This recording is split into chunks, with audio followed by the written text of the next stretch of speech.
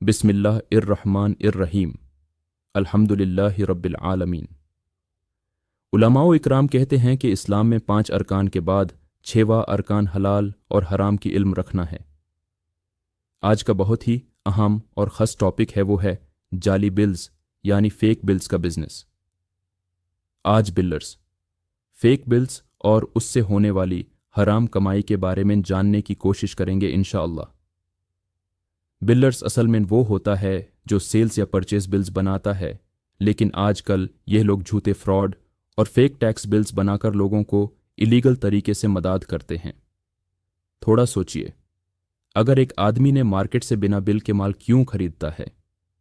क्योंकि अगर वो प्रॉपर टैक्स इनवॉइस लेता तो उसको टैक्स अमाउंट देना पड़ता, जो उसका खर्चा और बढ़ा देता।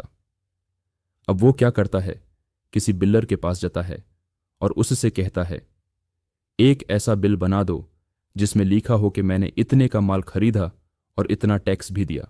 अब यह बिल फ्रॉड होता है, क्योंकि उसने माल तो लिए मगर टैक्स पे नहीं किया, मगर दिखाता है कि उसने गवर्नमेंट को टैक्स पे किया। इसके बदले 2% या 3% कमीशन दे देता है। ये है आज का सबसे छुपा हुआ लेकिन ज्यादा होने वाला फ्रॉड। हुजूर अलैहिस्सलाम ने इरशाद फरमाया, जिस जिस्म को हराम से पाला गया हो उसके लिए जहन्नुम ज्यादा लायक है। और कुरान में सूरह बकरह में अल्लाह फरमाता है, और अपने माल को बातिल तरीके से मत खाओ, लोगों को धोखा देकर।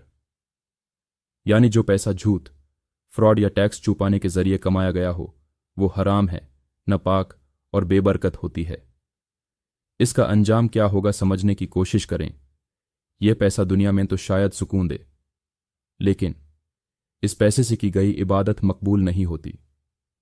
इस पैसे से की गई मदद या सदाका भी सवाब नहीं लाती, और यह पैसा आखिरत में अजाब बन जाता है।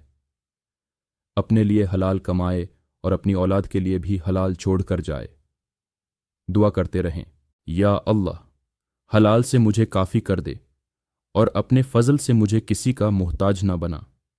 हुजूर अलैहिस्सलाम ने फरमाया, जो झूठ बोले और धोखा देगा वो हम में से नहीं।